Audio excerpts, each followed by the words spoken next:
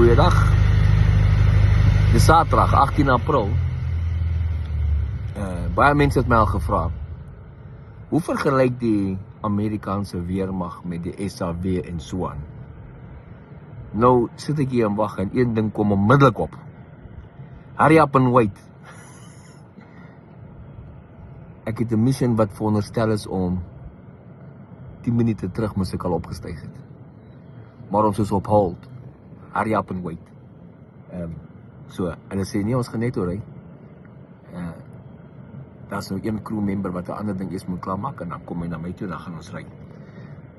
Maar die ding is, die weermag in Amerika en die weermag in Suid-Afrika en die weermag in meeste ander plekke in die wêreld is basies dieselfde. Veral die westerse weermagte. Dieselfde principles, dieselfde approaches, dieselfde omtrent alles. Troepe makak droog, as hulle alleen is. Sergeante kyk waar kan hulle die troepe smoke. Jy weet, offisiere doen hulle ding. En soos jy in die SAW gekry het, die stoutgat troepe, as die sergeante nie kyk nie, so het jy hier ook. Stoutgat troepe, as die sergeante nie kyk nie, of die offisiere nie daar is nie. Maar die groot ding, dat hurry up and wait. dit sien jy oralste. Vanoggend is dit een van die dinge vir my. Hurry up and wait. Nou kyk ons na die weer en alles, obviously, vir die missie wat ons moet vanoggend vlieg. Daar was nog nie regtig 'n delay op die weer nie, maar daar sit 'n delay op ander goeders. Maar hulle het my gesê, sit net vas daar in jou area, ons het nou jou release, want ons moet nog steeds releases kry deur die command post. So my vlieg is nog nie gerelease nie, so ek moet 'n bietjie wag. En sodra hy gerelease is, dan gaan ek. Ek sal kyk as ek 'n kans kry, so 'n paar foto's hier hulle neem vir julle van die area bak gaan wees en wat ons doen. Maar intussen dat weer 'n paar ouens vrae gevra oor wat doen jy in Amerika in die lugmag? Hulle het seker die ander video's gemis en dis so, daar's baie nuwe mense wat bykom wat die ander goed mis wat ek al geplaas het, so hoef jy te gaan soek nie. Ek is 'n pilot in die US Air Force in die auxiliary. Ons is die lugmag burgermageskaders, so staan Suid-Afrika se SAF burgermageskaders. So ons is die 5de been van die US Air Force, soos jy kan dink, is baie groter as die South African Air Force. Die US Air Force het 5 components, die active duty ouens, daar ons wat permanent forces. Dan staan die National Guard, die ander component, en die Air National Guard en die Air Force Reserve, dis die 2 ander components. Daar is die combat components. Dan is die civilian component, dis die ouens wat civies werk. Dan in die kantoor, jy weet, die kontrakteur wat op vliegtuie werk en so aan. En ons is die laaste in die Air Force Auxiliary, 5de component. Ons is die burgermagskader wat net inland mag opereer. Ons mag nie buitekant opereer nie, want ons is nie ons kan nie combat gaan doen nie. Ons moet net binneland rapporteer. So as die National Guard ontplooi word, ons vat oor hulle. Maar ons doen missions internal anyway. Mense vra, wat vlieg julle?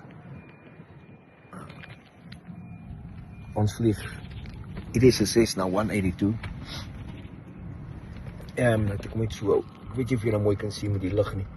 Hy is 'n Cessna 182. Ek sal later 'n bietjie foto's neem van die binnekant as ons nie systems aan het. Dit is 'n Cessna 182. Ons is die grootste vloot van hulle in die wêreld. Ons het so 550 van hulle. En 'n paar 172's, paar kleintjies. En dan het ons ook 'n GA8. Ek gooi buite uit. Ons het ook 'n GA8. Hy is so 'n 7-seater vliegtuig. As jy kan sien, hy staan daar ver een.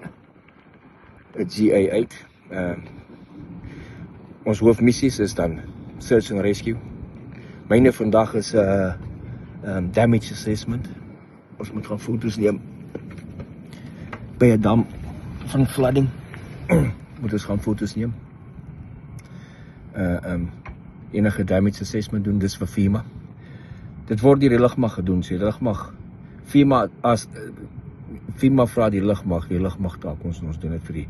So ons vlieg hierdie vliegtuie behoort almal in die lugmag, obviously. Dis lugmag areas. En dis 'n goedkoper opsie, want die personeel van die auxiliary. Ons is almal volunteers, so ons kry nie salaris nie. So dis goedkoop vir die weermag, vir die regering, om 'n auxiliary soos ons te hê, wat jy 'n hoop pilots het, 'n hoop aircrew, en 'n hoop vliegtuie, en hierdie vliegtuig opryt maar teen lae kostes. Dit is nie baie duur om hierdie ding te opryt per uur nie, betaal nie die pilots nie. So jy kry 'n klomp missies gedoen binneland, wat die staat baie goedkoop is vir die staat. Dit is baie cheaper om ons te vlieg met hierdie. Hoekom ons Cessna's vlieg 4-seater is omdat ons kan stadig en laag vlieg. So ons het ports hier agter in die venster vir die kameraman. Die kameraman hy met sy kamera daar uitsteek en foto's neem.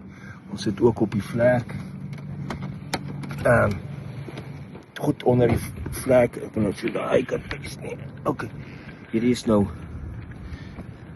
'n system hieronder. Dis 'n system wat so 'n paar ander systems, ek kan julle vertel. Hy ELT's opvang. En dan tussen straats op die straatplekke wat jy kan ander groot kamerapots opsit en laserpots opsit wat jy onder die vliegtuig sit om te kan gebruik vir ander dinge.